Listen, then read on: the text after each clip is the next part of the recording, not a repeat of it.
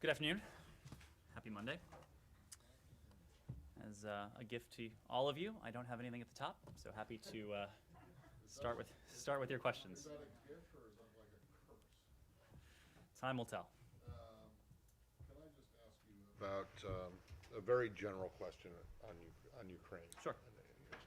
What exactly do you think you accomplished at this Security Council meeting? Well, Matt, you heard from our ambassador to the UN, Linda Thomas Greenfield. She had an opportunity in the session. Wait. You don't need to go through everything that she said and everything that everyone. What does the administration think it accomplished by bringing this to the Security Council? Can I give a slight preamble, and then Well, and then yeah, and then as I long will as you- as long and as then you don't repeat everything that was said in an hour. I will come to your question, but I think it is important because not everyone is the famed Matt Lee diplomatic reporter extraordinaire, and I think the context here is important because the UN Security Council, as we know, under the UN Charter, has primary responsibility for the maintenance of international peace and security. It takes the lead in determining the existence of a threat to international peace and security, and takes the lead in examining instances of aggression. And that is precisely what we are seeing here. And you have heard that from us over the past couple months. You've heard that from our allies and partners. You heard that from members of the Security Council today. The point today, Matt, to come to your question, was to continue to shine a spotlight on what we are seeing and to demonstrate to the international community, to demonstrate to the Russian Federation that the world is united in the viewpoint that aggression, violations of a core tenet of the rules-based international order, that these elements must not be allowed to be conducted with impunity. We heard a good deal of consensus from the Security Council. We heard from many of the speakers today that this situation, the situation and the crisis on the border that Russia has needlessly precipitated, should be resolved diplomatically. That is the point that we have been emphasizing all along. Diplomacy and dialogue remains our preferred course. But there was a resounding call from the Security Council this morning that Russia should avail itself of that course. We heard from the Russian Federation, as we've heard from Moscow before, that they have no plans to invade Ukraine.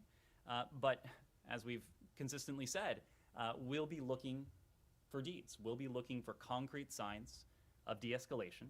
We and the members of the Security Council will, even as we look for those concrete signs of de-escalation and those deeds, we'll hold them to those words. We're continuing to monitor their actions. You heard that from us in the Council this morning. You've heard that from any number of allies and partners around the world. So this was the first time, despite dozens and dozens of private engagements, about 180 engagements in recent weeks alone, but this was the first time that the Security Council took up this question in an open session, and we thought that was important.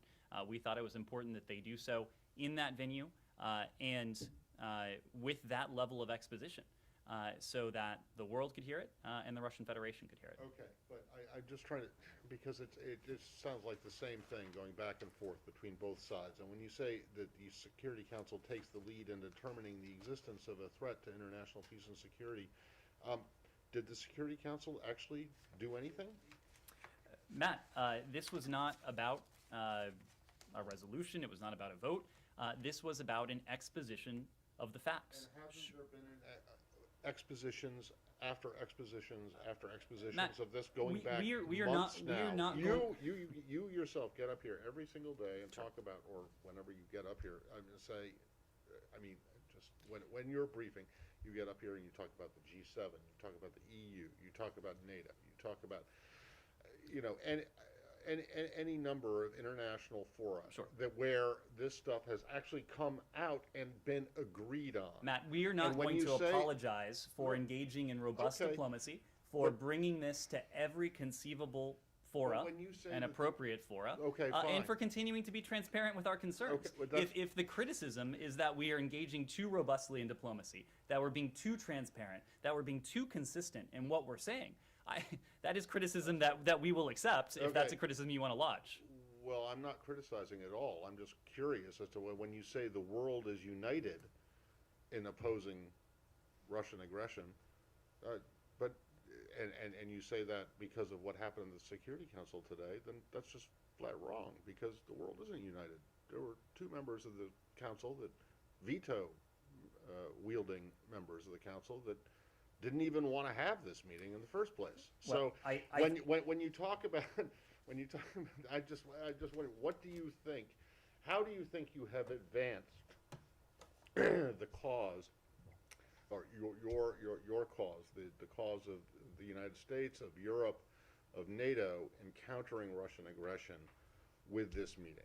So you raised two countries. I think one country we can explain There are two their. pretty big countries You can explain that their opposition one of them pretty has easily. got more people in it than the other. The country that is behind this aggression, the country that is behind this buildup, the country that has consistently engaged in disinformation, misinformation, and propaganda in an effort to obfuscate the facts. So we can explain that country's vote.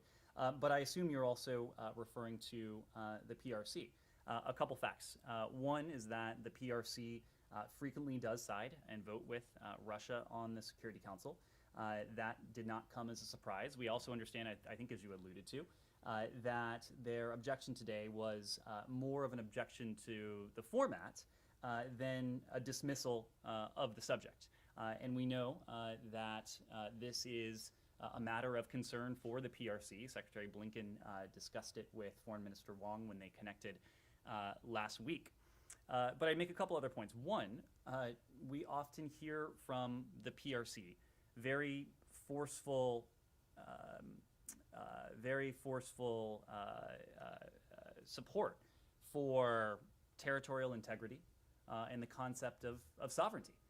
That is a refrain of the PRC in New York, in Beijing, and around the world. Can I just ask one thing about that? And when they talk about that, they're talking about Tibet. They're talking about Hong Kong. They're talking about all things that you actually disagree with. These principles, the principle of sovereignty, the principle of territorial integrity, these are principles that are universal. They have universal applicability. So then you do believe that the PRC has territorial sovereignty over Hong Kong and Tibet? if any country believes in the concept of sovereignty, It should be China? Is that what you're saying? This is an episode that has the potential to undermine that core tenet of the rules-based international order. Okay. Two, there, of course, are a lot of issues where we don't see eye to eye with our PRC counterparts. But I think where we do see eye to eye, and you saw from the PRC's remarks, their support for diplomacy, for dialogue, their support for a diplomatic resolution, I think it speaks to the fact it is in no one's interest, not in our interest, of course, not in NATO's interest, not in our European allies and partners' interests, and not in the PRC's interest to see a potentially destabilizing conflict emerge in the European continent. It would impact the PRC's interests all over the world as well. So we know how the PRC tends to operate, including in the UN Security Council. We're clear-eyed about that. But we also know that Russian aggression, a renewed Russian invasion of Ukraine, it would be a matter of great import and presumably a matter of great concern for the PRC as well. Kimara. Just following up on those. So after today, do you guys have a concrete plan to keep the Security Council's attention on this issue? Like Russia will hold the presidency in February Do you guys have any plans to call further meetings on the situation? I'll defer to my colleagues up in New York to speak to the next steps, but I think what you heard from Ambassador Thomas Greenfield today is that she has been intently focused on this, and you heard from her yesterday on television as well. She has been intently focused on this with our allies and partners in New York, but also with the Russian delegation in New York. So whether it is within the UN Security Council context, whether it's within the UN context more broadly in New York, the answer to your question, broadly speaking, is yes. We will continue to keep the focus on this, as I was referring to Matt, across all appropriate fora, the UN being one of them. Okay. I have a couple of others. So last week, Deputy Secretary Wendy Sherman made a comment about the potential timing of a potential Russian invasion, and she was speaking in reference to the Olympics. She said, given the timing and the Olympics starting soon, she said, President, she wouldn't be ecstatic if Putin chose to invade. Now, surely you will say, I'm not in Vladimir Putin's brain and I don't speak for him, but certainly the US has an assessment on this. Is it now the US assessment that Putin will wait until after the Olympics? Can you talk a little bit towards that end? So there is not much I'm in a position to say here beyond a couple broad points. And you heard this from Secretary Austin, you heard this from Chairman Milley last week. We don't believe that Vladimir Putin has made a firm decision. The other point is that only one person can make that decision. So if Putin hasn't made a decision, that decision to move forward or not has yet been made. It is our goal in all of this to attempt to influence Moscow's decision-making and Moscow's calculus, because even as we have made very clear that our preferred course is dialogue and diplomacy, we have continued to make prudent preparations vis-a-vis the other path, and that is defense and deterrence. And so it is up to us and to our partners and allies to make very clear the costs that would befall the Russian Federation if renewed invasion were to go forward. We've been very clear about that. Again, to Matt's question, perhaps too clear in the words of some. But that's what we've been engaged in all along. Even as we continue to prefer the path of dialogue and diplomacy, we're continuing to, with our partners and allies, prepare with defense and deterrence. Right, and the final thing is about just an update, whether you have an update on the number of Americans in Ukraine. Sure. So as you know, and we've discussed this in the context both of Ukraine and other countries, but you well know by now that we typically don't provide numbers of U.S. citizens living in or traveling to another country. And we don't do that for all the reasons that are very familiar to you by now. United States citizens are not required to register when they travel overseas. Those that do opt to register, most of them presumably do not deregister when they leave a country. When it comes to the registration of individuals in our so-called STEP system, we are also not in a position to verify individuals who sign up. And in fact, we know from previous experiences that international organizations, third country nationals, many people who aren't U.S. citizens do sign up for various reasons.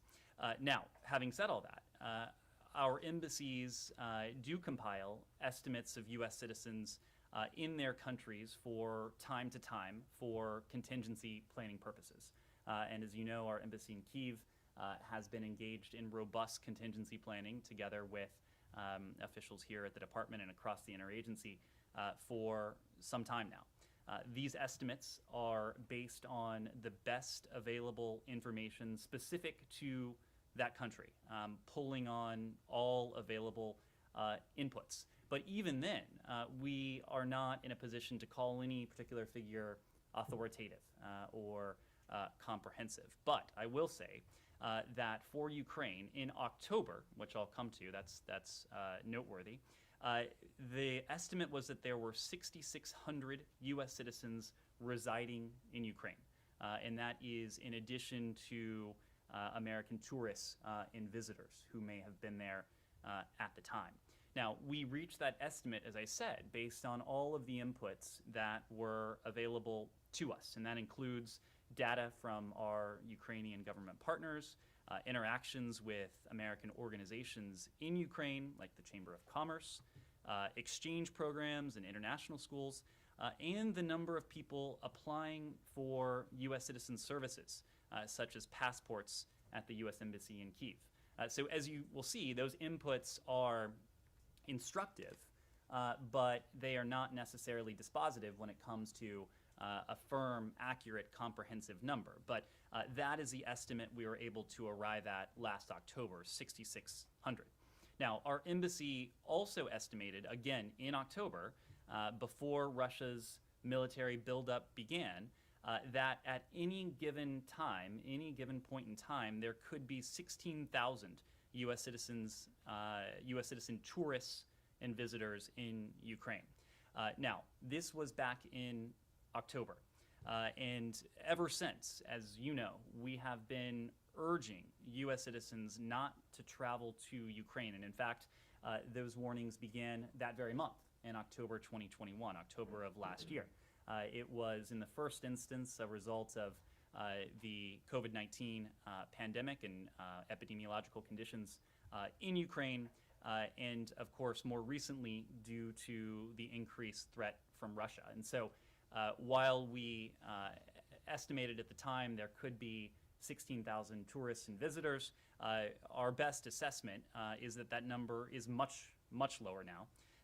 And we do not believe this figure to be an accurate reflection of where we are now, since many of those American tourists, many of those visitors, presumably would have departed the country, never intended to stay more than a few days, a couple weeks, or have heeded our concerted messaging, including in recent weeks, that American citizens should strongly consider departing the country, that they should avail themselves of the plentiful commercial options that are available, both due to COVID, but of course more recently and more acutely due to the risk of a Russian invasion. Right. My final one from me is like, are you guys doing any, undertaking any effort to reach out to these people, like the 6,600? The answer to that is unequivocally yes. We have, as a matter of course, this happens all around the world, but especially in places where the situation has the potential to destabilize quite rapidly, which of course is the situation in Ukraine. We have been regularly messaging American citizens, sending out notices, urging them, as we have done in recent days and even in recent hours, to strongly consider availing themselves of the available commercial options and departing the country now. We have been issuing that message for some time now. We will continue to urge American citizens who, despite months of warnings that Americans should not travel to Ukraine, despite a more recent campaign to educate American citizens who, for whatever reason, remain in Ukraine, that they should leave, we will continue to be very clear through every channel we can to convey that message to American citizens, whether it's social media, whether it's on our website, whether it is through engagement with reporters like all of you. We have engaged with diaspora reporters as well, again, availing ourselves of every appropriate channel to convey in strong terms the guidance that Americans should strongly consider leaving Ukraine at this time using available options. Now, when you talk about 6,600, does that include U.S. government personnel? These are private U.S. citizens. Oh, private, okay. And then you said that you think that the number, the 16,000 potentially at any one time would have decreased significantly over the last 4 months. Do you also think that the 6,600 would have decreased significantly, or no? Do you not have? So the difference between those two numbers is the 16,000 are visitors and tourists. So Right. presumably But do you people. think that some are, you know, some kind of percentage of the 6,600 who were living there permanently, or, you know, It's residing there, have also left since October? So the short answer is that we don't have a way of knowing. But if you take your question on the basis of human nature rather than any sort of consular knowledge, I think the short answer is probably that a greater percentage of the visitors and tourists that were there in October are no longer there, that 16,000 number is lower. When it comes to the 6,600 figure, again, we don't have perfect insight into it, but many of these individuals are likely to be dual U.S. Ukrainian citizens, many of whom consider Ukraine to be home. The decision to leave for them may be more difficult than it would be for someone who is there for a business opportunity or there for tourism purposes, for example. Francesco. So tomorrow, the Secretary Blinken would talk to Foreign Minister Lavrov. Could you share your expectation about this call? I know that before previous engagements, you guys have said we're not expecting any breakthrough, but this time you have shared your written response. They have studied it. Everyone knows the other side's concerns, threats, stakes. So what do you expect tomorrow? Is it a make or break dialogue, or is it not? Are you just trying to push the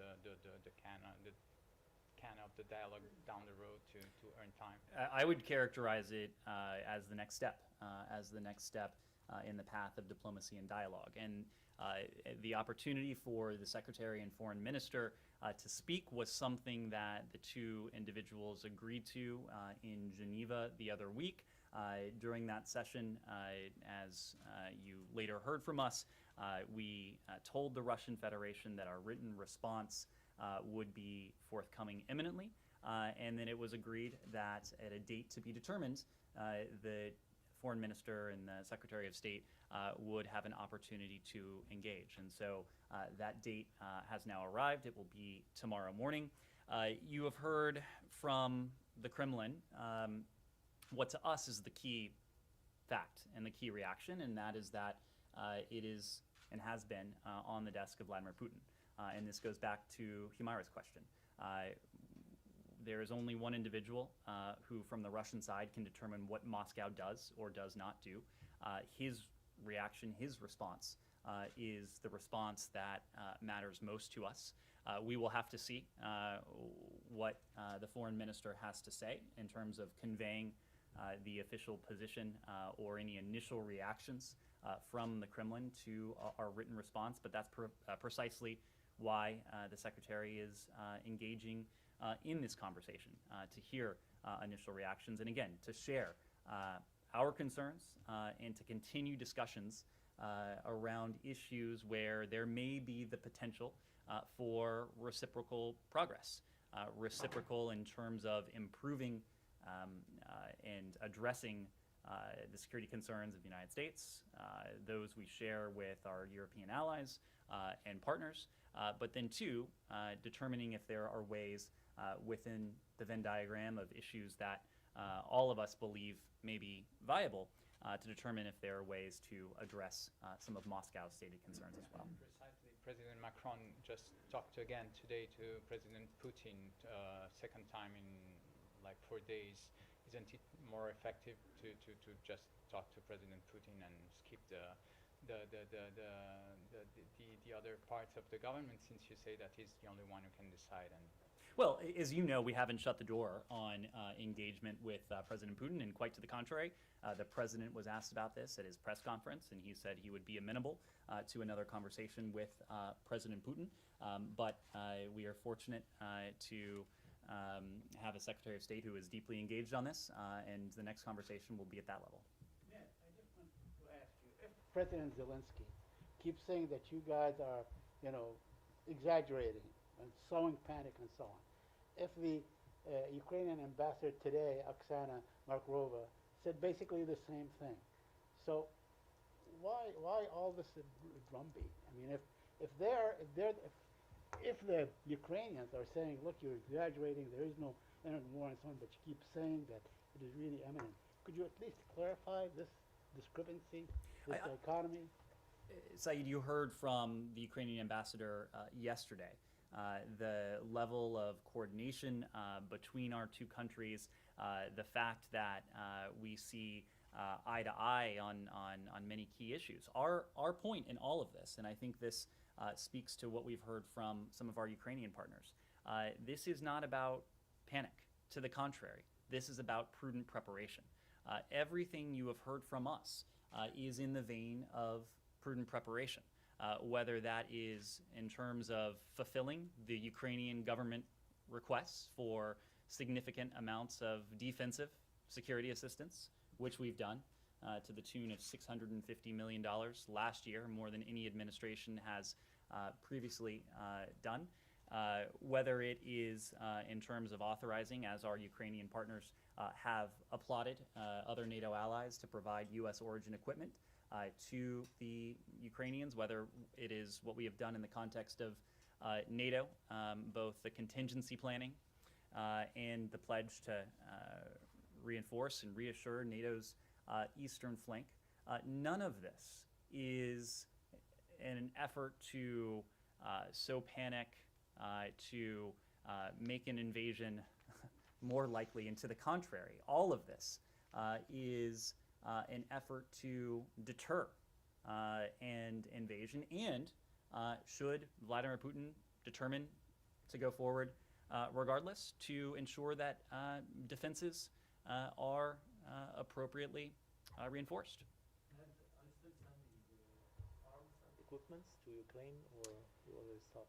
So we announced a couple weeks ago now that the president in December authorized an additional drawdown of $200 million, several deliveries of that tranche of defensive security assistance has been delivered to Ukraine, and there are more deliveries associated with that drawdown that will continue.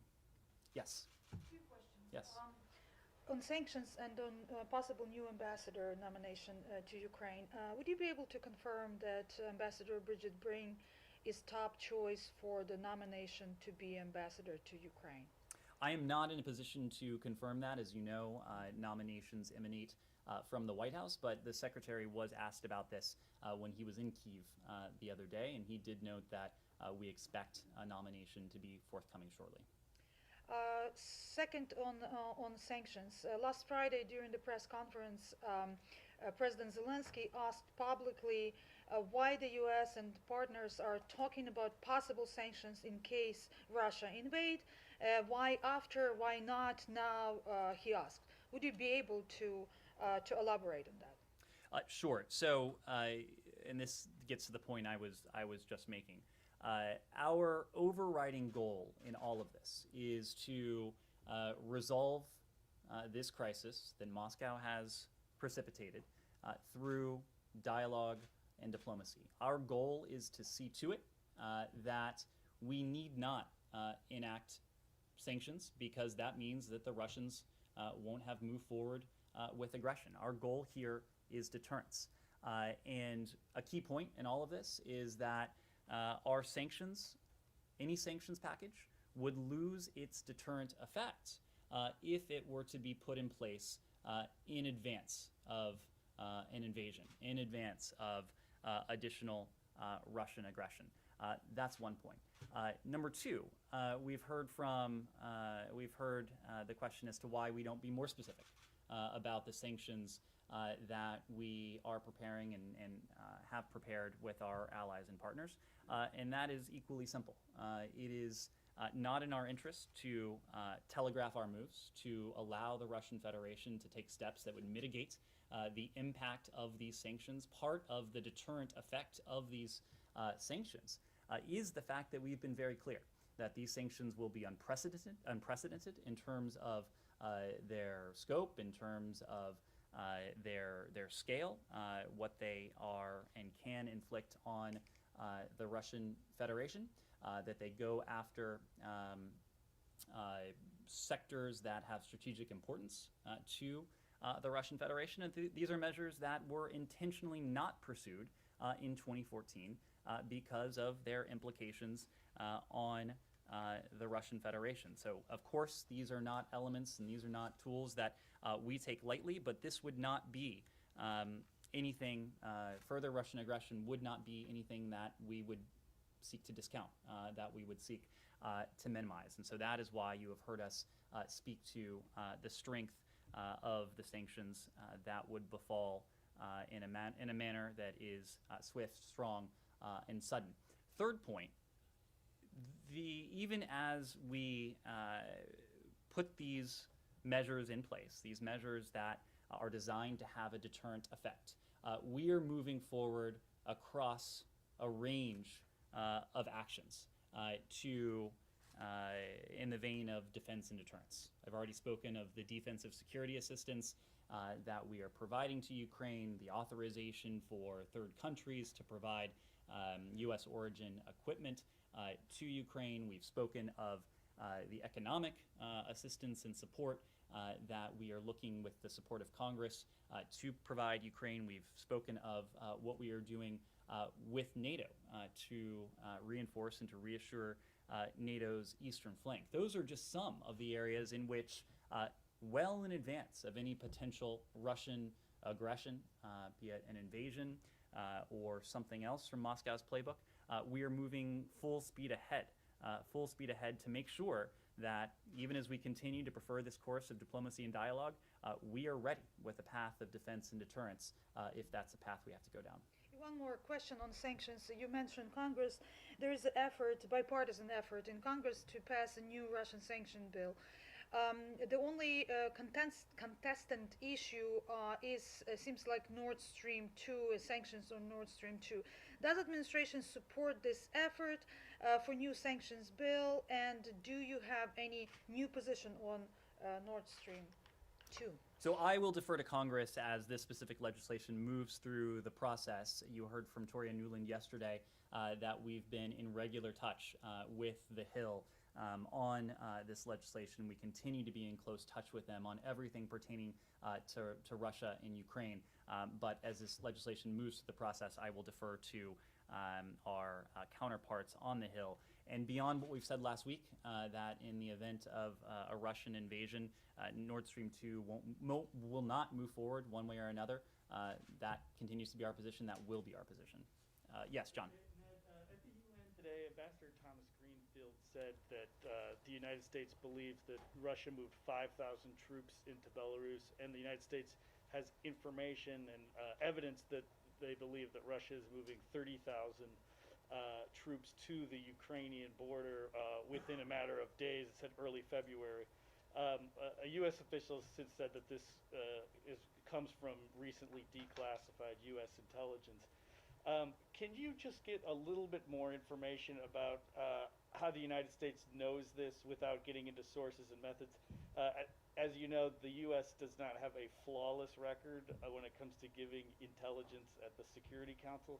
Just wondering if you could give us a little bit more background information on this. So the short answer is that I'm not in a position to offer further detail on the information that we have released, precisely as you stated, because some of it does come from information that we've been able to appropriately declassify with adequate protection for sources and methods. So the amount of additional detail we can offer is limited. What I will say, though, is that we have, since the earliest days of this crisis that Moscow has needlessly provoked, been extraordinarily transparent.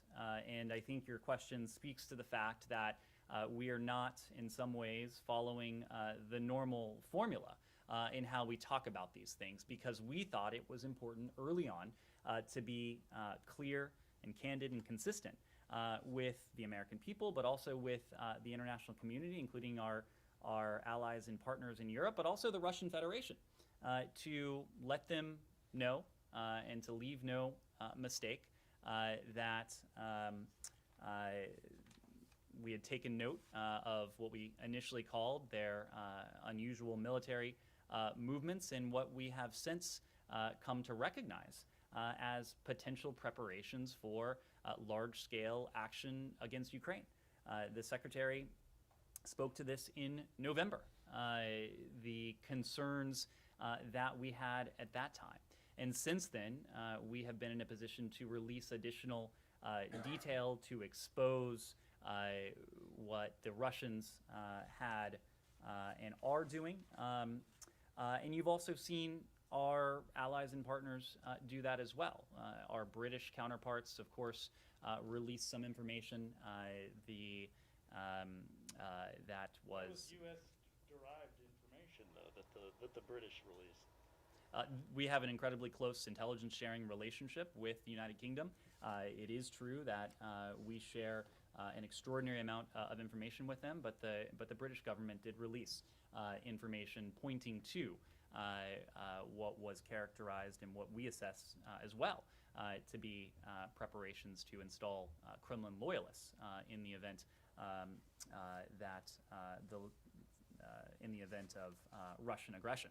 So that speaks to the fact that it is not just the United States government sharing these concerns, and we have heard this from other governments that have declassified information, but also from allies and partners around the world that have spoken not always in terms of declassified information, but in terms that clearly are informed by information that is available to us collectively through all channels, whether that is information that is non-public.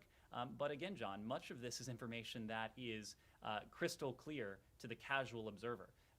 The movement of 100,000 troops, the preparations that the Russian Federation is undertaking, you need not be sitting in Langley, Virginia, to know the import and to know what that suggests, and whether it's commercial satellite imagery, whether it is social media, whether it is what the Russian government itself is saying, even as it attempts to explain away the movement of 100,000 troops and tens of thousands of troops into Belarus using whatever explanation is the explanation du jour. These things can't be disguised. These things can't be obfuscated. And so we are going to extraordinary lengths to shine a spotlight on them in the vein, again, of prudent preparation. Prudent preparation for what we know the Russian Federation has done in the past, including in 2014, and what we are deeply concerned they may seek to do going forward. Are you feeling a credibility squeeze at all? Just because obviously this is being contested by the Russians, but the intelligence is also being questioned by the Ukrainians as well. So while neither are in Langley, they're clearly on different sides of this conflict. John, we are sharing information, sharing intelligence with our Ukrainian partners.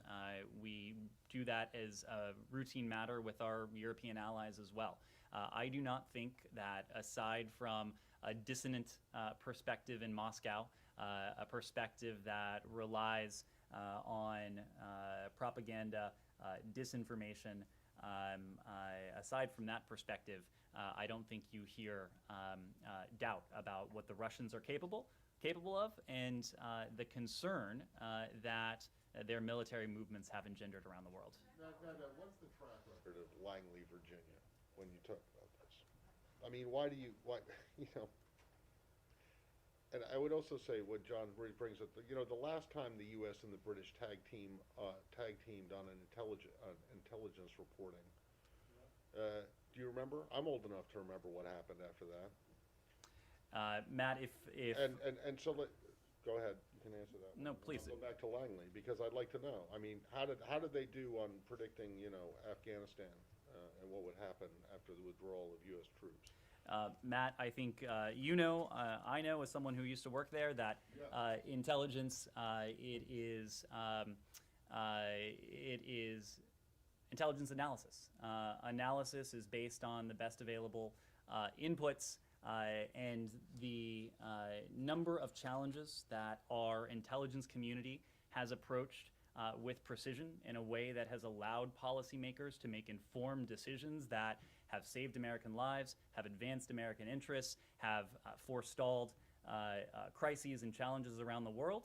They are far greater than the episodes you may be referring to. They're greater than the Iraq War. They're greater than what happened in I'm speaking to greater in terms of the number over time and the totality of the experience both before 2003 and after 2003. I don't speak for any institution but the State Department, but I can say as a historical matter, you have heard from intelligence community leaders and American leaders in the ensuing years of steps that have taken place and corrective measures that were put into place after 2003. But clearly, Matt, this is not analogous.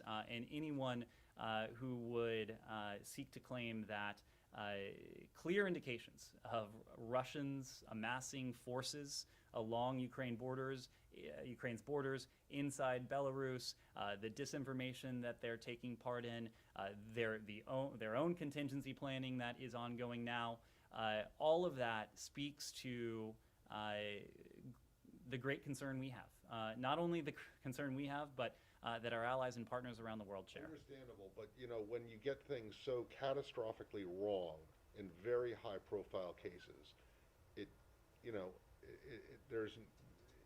stands to reason that people are going to question the analysis, even when there are such obvious signs of something potentially imminent happening.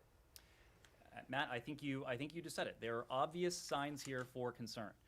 If perhaps you're hearing things I have not, but I have not heard a informed observer or set of observers question why there is a need to be concerned over 100,000 Russian troops encircling Ukraine from Russia within Belarus for the clear propaganda, disinformation that is emanating from Moscow that we have exposed here from the Department of State and the U.S. government has done as well. If anyone not in Moscow wants to offer innocuous explanations for all of this, ignoring the history, ignoring what we're seeing with our own very eyes, I think that would be a very difficult argument to make. Jenny. Have there been any conversations with Minsk over this buildup in Belarus? And I know you said last week that if an invasion was launched from Belarus, there would be consequences for the Belarusian government. But what leverage do you actually have, given Lukashenko has not been deterred by any sanctions that we've seen even in the past year? Well, we have been very clear, including to Belarusian authorities directly, that if it allows its territory to be used for an attack on Ukraine, it would face a swift and decisive response from the United States and our allies and partners. You're right that the regime in Minsk is subject already to U.S. and international sanctions, but this would be of a categorically different question. And we've spoken of the unprecedented nature of sanctions and other economic measures that would befall the Russian Federation in the event of an invasion. Were Belarus what should be a sovereign, independent country, if that country were to support such an invasion, our response would also be swift and decisive. And is there an active diplomatic channel between state and Minsk or with the embassy there? We still have an embassy there. We have diplomats who are stationed there. We have Ambassador Julie Fisher, who's in Vilnius. So we are still engaged diplomatically. Connor. One last question on all this thing. There were reports over the weekend, including today, from a particular division within Russia's armed forces that some troops have pulled back from the border areas, a couple of thousand, according to the Southern Division. Have you seen any indications that some troops have actually departed? I'm not immediately familiar with those reports. If we have anything to add on those reports, we will let you know. But I will say, and you heard this again from Tori Newland yesterday, we have consistently called for de-escalation, for genuine indications of de-escalation, and we have, broadly speaking, not seen that. Saeed. Sure. Thank you. First of all, there was a call today between Secretary Blinken and PA President Mahmoud Abbas. Can you confirm this? The Palestinians are saying that they discussed, among many issues, the issue of the consulate and the reopening of the consulate. Could you confirm that to us? And then I have a couple other I can questions. confirm that the Secretary did have a call earlier today with Palestinian President Mahmoud Abbas. As you know, Saeed, we have prioritized re-engagement with the Palestinian people and Palestinian Authority. This was an opportunity for the Secretary, who's spoken to President Abbas on a number of occasions already, to continue those conversations. We'll have a written readout, but there was a discussion of the broader relationship as well as the need to improve quality of life for the Palestinian people in tangible ways, something that the United States and our international partners have supported in different ways. They also discussed the need for reform within the Palestinian Authority, and Secretary Blinken made the point that he consistently has, and the point that really undergirds our approach here, that our belief that Israelis and Palestinians alike deserve to live with equal measures of security, freedom, prosperity, and crucially dignity. And that has really been at the center of our approach to the challenge. Is that essentially the readout that's going to come out? So it may sound similar to that. Okay, but on the consular question, that didn't come up? I just don't have anything to add. All right. By the way, there was Amnesty International said that they are issuing a report tomorrow, a 212-page report that calls Israel an apartheid state and so on. Do you have any comment on that? Very quickly, have you read the report? Have you seen it? Have you seen synopsis of it? I understand, as you indicated, that the report has not been released, so we'll reserve official comments until we have an opportunity to see it. But as you know, Saeed, that is not language that we have used, nor would we ever use. If you allow me, I'm sorry, and I appreciate the indulgence of my colleague. Israel is set to destroy a Palestinian neighborhood reservoir that they use for drinking water. Are you aware of this issue? Would you call on the Israelis to sort of, to step back from such a decision? We are aware of the issue. You have heard us say, and it applies equally here, that we believe it is critical for Israel and the PA to refrain from unilateral steps that exacerbate tensions and undercut efforts to advance a two-state solution. And my final question, I'm sorry, but just on the American citizen Omar Assad, who died in Israeli custody. Today they turned in the report, I believe. Did they share it with you? Did they share the findings with you? And do you have any comment? Are you asking to conduct your own investigation into it? So as of earlier today, we had not yet seen a final report from the Israeli government.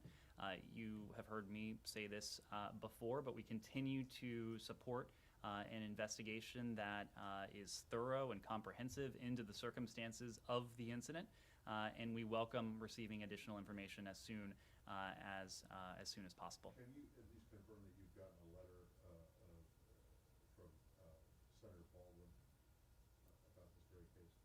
I will need to check on that.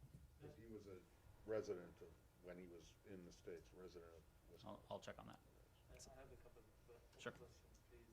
President Biden just announced that he will notify Congress of his intent to designate Qatar as a major non-NATO ally. What's the importance of this, and is Qatar playing any role with Iran to free the American hostages there, or in bridging the gap between the two countries to rejoin the JCPOA? So on your question, the announcement that you referenced takes place in the context of the visit of the Emir to the White House. This visit makes the Emir the first head of state to visit in this calendar year, in 2022, and the first Gulf leader to visit Washington during this administration. I think that speaks to the bond we have with Qatar. It is a relationship that has never been stronger, thanks in large part to our extraordinary partnership across any number of challenges. And late last year, we spent a great deal of time, including from this podium, speaking to the partnership and cooperation we have with Qatar, and we still have with Qatar in the context of Afghanistan, and Qatar's extraordinary support, hosting individuals who had been evacuated from Afghanistan and still continuing to play an important role in our ongoing efforts to relocate individuals from Afghanistan, whether they're American citizens, U.S. citizens, whether they're lawful permanent residents, or whether they are Afghans to whom we have a special commitment.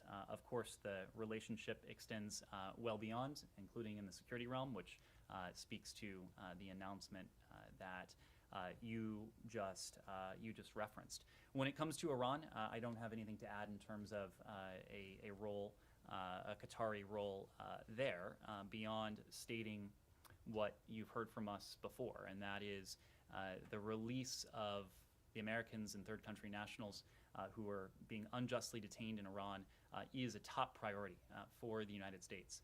It is a priority that we raise in no uncertain terms at every possible opportunity. It's something that Special Envoy Malley, Ambassador Carson's, their full teams are focused on as we continue negotiations in Vienna with the JCPOA. And Omani foreign minister has visited Syria today. Do you have anything on this? I don't have anything specific on that. Michelle, where we fall in terms of the Assad regime and the atrocities that the regime has perpetrated against its own people. We continue to believe that now is not the time for normalization.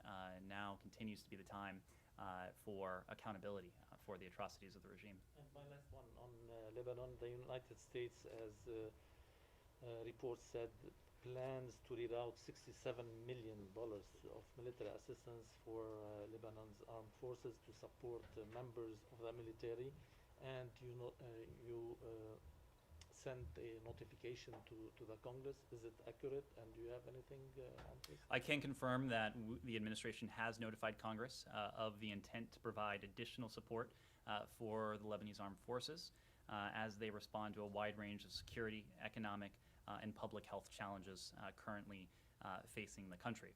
We want to ensure that the Lebanese armed forces is able to carry out its duties and functions, including the ability to defend Lebanon's territorial integrity, provide internal security, and preserve stability. Since 2006, U.S. investments of more than $2.5 billion in the Lebanese armed forces have enabled the Lebanese military to contribute to the degradation of ISIS in Lebanon, to carry out operations against al-Qaeda, and to expand control over Lebanese territory along its border with Syria.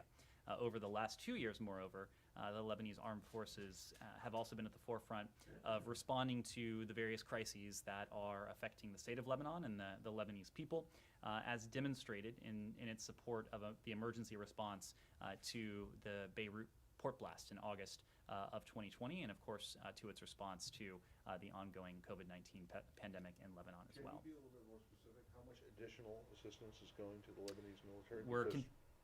My understanding of it is that you're moving $67 million from the military to the military. Yeah, it's not additional. It's not additional, and in fact, it really means kind of nothing, because it's gonna, you're just, well, explain. I'm not in a position to provide additional details at this time. We're continuing to have consultations with the Hill on this, but as soon as we have more additional detail provided, one more in that region. I know that you tweeted about this last night, but I just, in terms of this, the Houthi attempted missile attack on the UAE. One, do you have any reason to believe that it was specifically timed to the visit of the Israeli president? And secondly, what is it going to take for you guys to step up your pressure on the Houthis? And I'm not just talking about with a paper designation of an FTO designation, but what do they have to do before you realize that, or before you take action, significant action against them and and the people who they serve as proxies for? Well, I would be interested in hearing your definition of significant action and how that compares to the actions that we've consistently taken in terms of designations, in terms of interdictions, in terms of working with the international community to shine a spotlight on the Houthis' conduct, to ensure accountability for their continued attacks, including their continued attacks against our partners in the region. That includes Saudi Arabia, but also the UAE, and you referenced the attack over the weekend. In terms of motivation, I can't point to a motivation specifically beyond the fact that, of course, this is not the first time that the UAE and Abu Dhabi has endured an attempted Houthi attack. This is a challenge that we are very focused on. We're very focused on it in terms of providing support that our partners, Saudi Arabia and the UAE, need to defend themselves against these types of terrorist attacks, but also pursuing those Houthi leaders with appropriate authorities and tools that will hold them accountable, will constrain their ability to engage in this type of reprehensible behavior, and that even as we do all that, seeking with the Saudis, with other regional partners, of course with the UN Special Envoy, to find a diplomatic solution to the conflict in Yemen. This is a conflict that the Houthis have been able to leverage to their advantage. And the sooner we can find a means by which to bring about a diplomatic solution here in Yemen, we will be better positioned across all of these challenges. Why do you think the Houthis have managed to leverage it to their advantage? Well, the vacuum that has existed, the power vacuum that in some ways has existed in Yemen since 2015 has... Do you think that U.S. policy has played any role in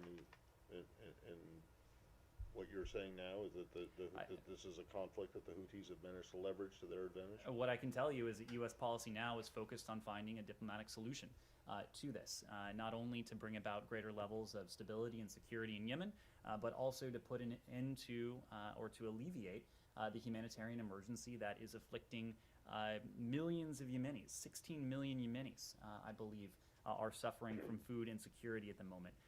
Part of that is due to long-standing factors, but part of that is due to what we are seeing on the ground in terms of these Houthi offenses. So for us, this is a question of international peace and security.